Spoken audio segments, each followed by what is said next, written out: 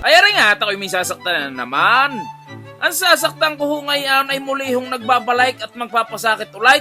Ari ho yung kumpare ko ho na nanggaling ho sa Chicago, USA.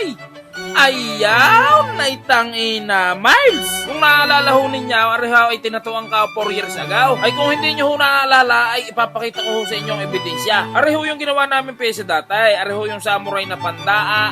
Ay tingnan nyo naman ha, kulang-kulang 4 na taon na isa dyan namang hindi pa rin napakupas eh. Kung ang ipinagawa ho sa akin dati ni paring Marlon ay malakay, ngayon naman, maliliit lang. Gawa nga, pupunuin laraw ng bahagya yung kanyang nasa sa kabilang brasaw. Ay ngayon na rin si paring Marlaw na usisa, kako nga, ano bang balak mo ipagawa ngayon? Ang naging tugon sa akin, ang ipapagawa raw niya yung picture raw ng kanilang kasal, tapos ilalagay raw yung pangalan ng kambal. Uhaw, tama ho, narinig ninyo. Ilalagay ho namin ang pangalan ho ng kambal. Gawa nga ho, kambal ho ang anak ni paring Marlaw.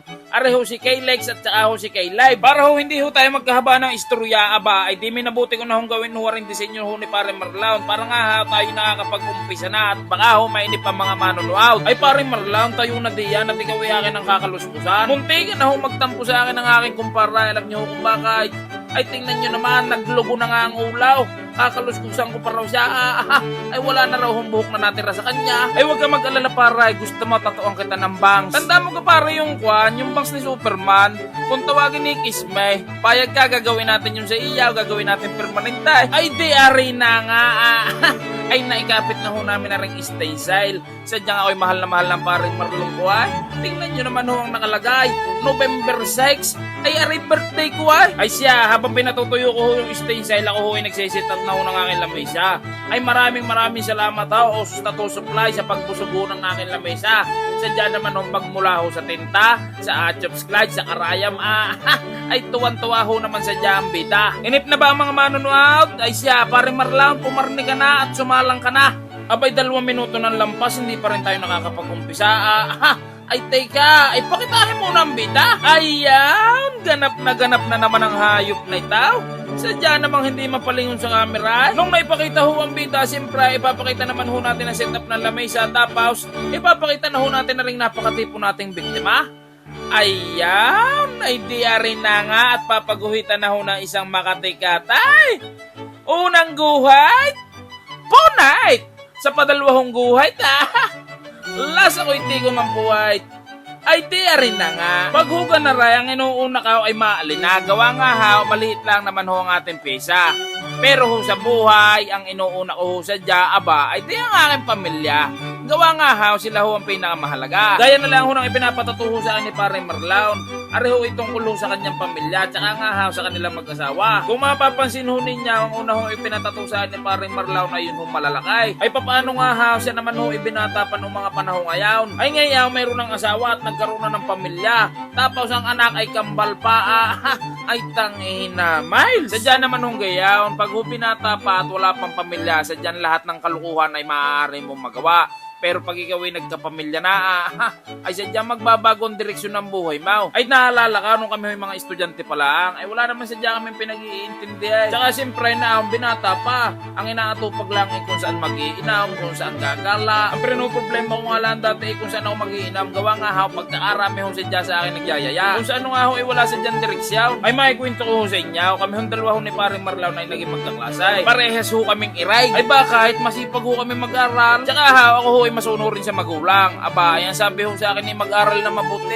Aba, hindi pinagigihan ka. Nag-aral ho ako na nag-aral na mabuti. Pero hindi ho ako nakagraduate. Gawa nga ha, sabi sa akin, mag-aral lang na mabuti. Pero hindi naman ho ako pabigat. Gawa nga ha, ako naman ho ay naging madiskartay. Kung noon ho ay puro inaw, puro gala, aba, ay siyempre may magtatanaw, paano ka nagbagaw? Aba, ay di nung ako'y nagkaasawa at nagkapamilya, doon na ho nagkaroon ng direksyon ng buhay gaw. Abay alangan, ay hindi naman ako anak mayaman. Pag ako'y nagpakutoy-kutoy lamang, aba, ay di magugutom ang pamilya ka, magugutom ang aking gilaw, magugutom ang scholar ka, ay di walang pambili ng diaper ang muse ka, ay hindi ako napayag na gayaw. Dati ang akala ko ay mas masarap maging binata, aba, ay nagkamali pala ka. napakasarap pala maging ama. Kung alam ko lang ho sadya na garniho kasarap maging ama ay noong ko pa sadya binitligan ng giliw pa. Napakasarap maging ama at maging magulang, pero siyempre mahirap guys. Napakaraming sakripisyaw. Kung sa ano nga ho pwede hong dumaing pero bawal ho magreklamaw. Tunay naman ho yung sinasabi ni Kong Tebe, yun hong galingan nyo sa scowl. Gawa nga ha, pag nandito na ho kayo sa totoong buhay, ang hirap. Sadya namang mapapatungayaw ka. Maintindihan nyo nga naman ho ayaw pag nandito na ho kayaw. Sa ngayon hindi pa. Ay doon ho sa mga tropa ho natin na umabot na ho sa parteng itaw, ay maraming salamat ho sa panonood at pakikinig ninyo. Ay baka naman ho ako'y makakalambing sa inyo. Makikicomment naman ha kung taga saan ho kaya para alam ko naman ha kung saan ho nakarating ang video itaw. At doon naman ho sa mga napadaan lang at bago lang ho din sa Facebook page ka, ay baka naman ho maaaring makikipindot na ho ng palaw. Kung maaari nga ay makikilike and share na rin para nga ha makaabot ho sa mga kaibigan at mga kaanggan ninyo. Sa mga kabataan ngayon, pagbutihan yung pag-aaral nyo ha. Mahirap sa totoong buhay, pero mas kakayanin nyo yan kung may baong kayong kaalaman at disiplina. Pero ho sa tunay, tayo ho pala'y nagkakahaba na naman ng istorya. Hindi ko ho namamalayan na rehong aming tatuan session ni Paring Marlaon ay tapos na ho pala. Abay, ano pang gagawin? Ay ipakita ng mga resulta. Ayan! Ay tangina, mais! Areho yung November 6, tapos ipakita naman ho natin yung K-Lex and K-Live. Ayan! Ay tangina gilaw! Ay kayo na ho ang bahalang sumintain siya kung ano siya dyan nag-resulta. Gawa nga ha, arehong aming sakit ng session ay tapos na ho pala. Bale, ang piyesa hong aray ay inabot lang ha ng kulang-kulang 3 oras. Gawa nga ha, pagkarami ho namin pinagpulungan at pinaghuntahan, ay maraming salamat palagi sa iyo, Paring Marlaon, at lagi mo pinapasila pag nagbabakasyon ka. Thank you. Siyempre, for laging accommodating me. Last minute. Ayaw, at nagpalagotok na ho ng isa. Ay doon ho sa mga may katanungan, pwede nyo ho akong i-message din na sa aking Facebook page. Arehong unang guhit, punait ni Aljonanite. Pwede nyo rin ho akong i-message din na sa aking Instagram.